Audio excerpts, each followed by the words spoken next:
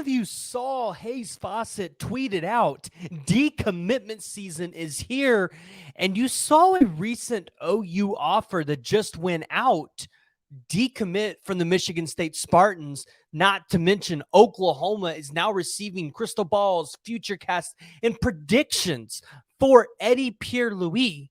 Then, not to mention, Oklahoma's got a 5-star coming on campus, and there's a 5-star looking to make their announcement here on Thursday, the 28th. And guys, we got to talk about it. We got to break it down, talk about maybe what the expectations should be here, because Oklahoma might be looking to flip a couple 5-stars, not to mention Oklahoma's got 5-stars coming on campus. So recruiting is not over. It's slowed down, but it's not over. So before we dive into it, guys, let's take care of some housekeeping. Make sure you go ahead and hit that like, hit the subscribe button, and jump down in the comments below and let me know what y'all's thoughts are around this class for the Oklahoma Sooners. I want to hear from you guys about where you think Oklahoma is going to land. Who do you think they land? All that jazz. Or, hey, you know what, Preston, I think you are doing a video from a, what do you guys call it? A mental institution or something like that? I don't know. Y'all make fun of me on Ty Stream all the time about that stuff, but we're going to be getting moved here soon. So this will eventually get all decorated again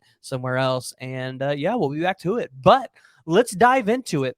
So we'll start with the news of Reggie Powers decommitting from Michigan State, and then we'll get on to the 5-stars.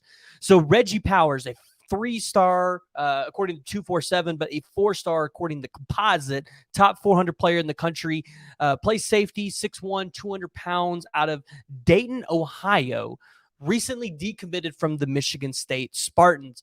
Here's the deal. He's got speed. He's aggressive towards the ball, and he's a guy that I think you're going to possibly see play strong safety, but I think also could play a little bit of corner. This might be a guy that, depending on how he develops through his senior year and what he looks like when he gets on campus, he could be another Reggie Pearson for you. So he has that junior, he totaled 80 tackles, 8 tackles for loss, 10 pass breakups, 4 forced fumbles, and 2 sacks. So one thing you notice with Reggie Powers here is Reggie Powers is a dog that goes out there and he gets the ball. So a lot of you all are probably asking the question, well, how in the world, where does OU stand with this guy since they just offered him?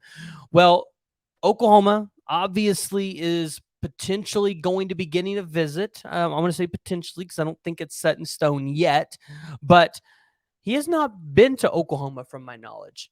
He's been to Ohio State 5 times. He's been to Cincinnati 5 times. Didn't take OVs there.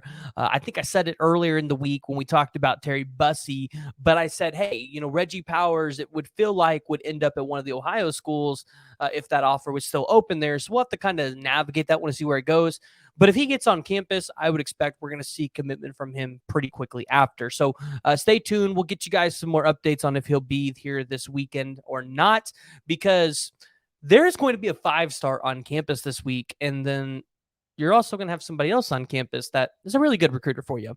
And I'm talking about Jordan Seaton, the offensive lineman, 6'5", 287 pounds. According to the composite rankings, the number 36 overall player, but to some recruiting services, he is a 5-star. So you're looking at it, Alabama, Florida, Oklahoma, South Carolina, Auburn. Obviously, Oklahoma's going to go out here, and they're going to have to beat some of the top schools in the country for Jordan Seaton. And this is going to be a recruitment where NIL, it's going to be a factor. Now, Jordan Seaton is coming off of a weekend where he was visiting the Colorado Buffaloes on the 16th, unofficially. And now he's coming to Oklahoma here on the 30th for his official visit. Then he'll be going to the Gators on October 6th, and then he'll be going to South Carolina on November 18th, where ultimately I think this guy has a really good shot at landing. We all know what Shane Beamer can do on the offensive line. Here's the deal, though. David Stone is rumored to be coming in town the same weekend that Jordan Seaton is going to be here, this weekend. Iowa State, 6 p.m. game, night game, where the atmosphere in Oklahoma is going to be incredible. Here's the deal. With Reggie Powers gets on campus, you get Jordan Seaton on campus, David Stone is going to have a lot of opportunity to work with these guys and really work to try to get them to commit to Oklahoma, or at least get it in their ear. So it's something that everybody needs to be paying attention to. Obviously, you don't want to call this one in Oklahoma's favor yet, because if it's Ohio State, if it's Florida, if it's South Carolina, it's Alabama. Obviously, Oklahoma probably has a lot of momentum that they need to get back in this recruitment for Jordan Seaton. So that's one we're going to have to watch. He is teammates with David Stone out of IMG Academy, if any of you guys have paid attention to that. But we got to talk about the guy that has been receiving predictions in favor of Oklahoma, and that's Eddie Pierre-Louis, a guy that has, I think, according to 247, 42 offers. The number 240th ranked player in the 247 composite rankings at 6'3", 335 pounds out of Tampa, Florida. A lot of people have believed this is an Oklahoma, Alabama, and a UCF battle, mainly UCF and Oklahoma at 1 and 2.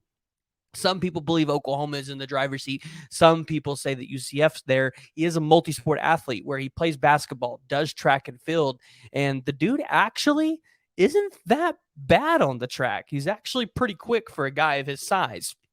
Here's the deal. If Oklahoma goes out there and they land a guy like Eddie Pierre-Louis, and let's say they get Grant Bricks and Daniel Akankumi, which is what I think Oklahoma fans are expecting at this point, you really like what you're potentially getting there in that trio of offensive linemen. Now, if you swing for the fences and get Jordan Seaton as a fourth offensive lineman there, you really like what you're getting. So ultimately, Eddie Pierre-Louis is a guy that is only going to continue to rise through the rankings. It does appear there is some relationship between him and David Stone. Michael Hawkins has been recruiting him. So this is a recruitment that Oklahoma has been very plugged into, and one that I would expect that Oklahoma is going to continue to push for. And it would be interesting to see if they're able to land the commitment of the four-star offensive lineman, because that's not one at least of recently we've been talking about Oklahoma just being in the driver's seat for. Now, Terry Bussey. Terry Bussey is about to make his commitment on the 28th. The five-star athlete out of Timpson, Texas. Y'all can see it here. Alabama, LSU, Texas A&M, and of course, Oklahoma. This has been rumored to have been a A&M win here, but A&M is not the one with the momentum on the recruiting trail. You believe that's Oklahoma, maybe LSU, since he just came off that official visit. Not 100% sure there. All I know is you guys come down here, you see his stats, you see what he can do on the offensive side of the ball, what he could do on the defensive side of the ball. His opportunities would be endless at Oklahoma. Now, I haven't heard anything changing with Terry Bussey per se on the recruiting trail. I believe we'll probably start to hear more tomorrow and in the coming hours of the 28th. So you guys will have to keep your eyes out on that one. But this is a recruitment that all Oklahoma fans should have their eyes on, because Terry Bussey, yeah, he's still there and he's still in Oklahoma's pocket. Now, at the beginning of the video, you guys heard me talk about a couple 5-stars that Oklahoma could be potentially looking to flip. And we got to start off with the first one. And we talked about him the other day, but that is Bryant Wesco. Yes, you guys remember him, the 5-star wide receiver out of Midlothian, Texas, that is currently committed to Clemson.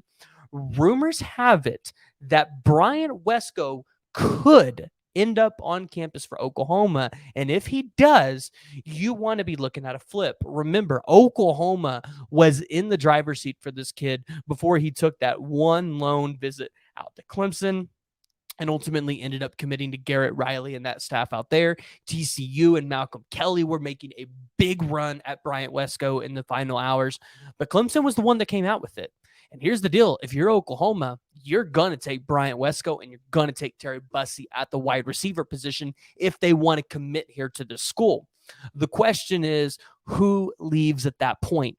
Obviously, a guy like KJ Daniels is one that has been rumored for a while that would potentially decommit from this class if he gets the LSU offer. Being from the Louisiana area, I've thrown out the idea and potential possibility of Doji Ezukanma, but his brother was coached by Emmett Jones, so not 100% sure that he would be the guy to go. Zion Kearney, he's not leaving. He'll compete with these guys. You really like what you have in your other two wide receivers, and I'm totally blanking on their names right now, so that's why we're not mentioning them by name. But you could realistically see Oklahoma land with 6 guys. One guy just drop out, and you ended up at 6. 2 5-stars, a top 100 guy, and 2 guys that will maybe even be ranked in the top 150. That's what Oklahoma's potentially looking at the wide receiver position. And ultimately, I expect more guys to potentially continue to give Oklahoma a look as they win more games. And if they go into Texas 5-0 and then they beat Texas, you're going to imagine that the onslaught of decommitments and potential flips to Oklahoma will be there. One guy that you have to take note of is Jordan Johnson Rubel. Not saying it's going to happen, but this kid has talked about Oklahoma potentially being a school of interest dependent on what they're able to do on defense. He didn't give Oklahoma a look because of that reason. So if Oklahoma starts doing well, they could be a team that interests him. So, guys, I want to hear from you, and I want to hear what y'all's thoughts are because, man, it really seemed like the recruiting trail was starting to die off a little bit. We were waiting on those recruitments from Grant Bricks, Devin Jordan, and Michael Boganowski, and they just weren't coming. But it seems like there are other things in the fold behind the works, things that maybe we weren't even looking at the beginning of the season. So, guys, I want to hear from you. I want to hear what y'all's thoughts are. Go ahead, jump down in the comments below. If you guys haven't already, hit that like and hit that subscribe button.